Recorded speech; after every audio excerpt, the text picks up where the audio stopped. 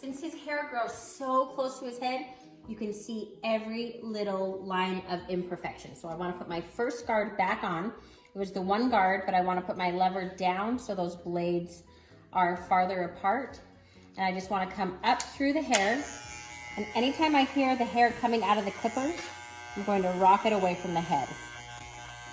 The thing with blending is you just have to be patient, go over the hair again and again and again until it's perfect. You can even turn your clippers different directions to try to get rid of little lines.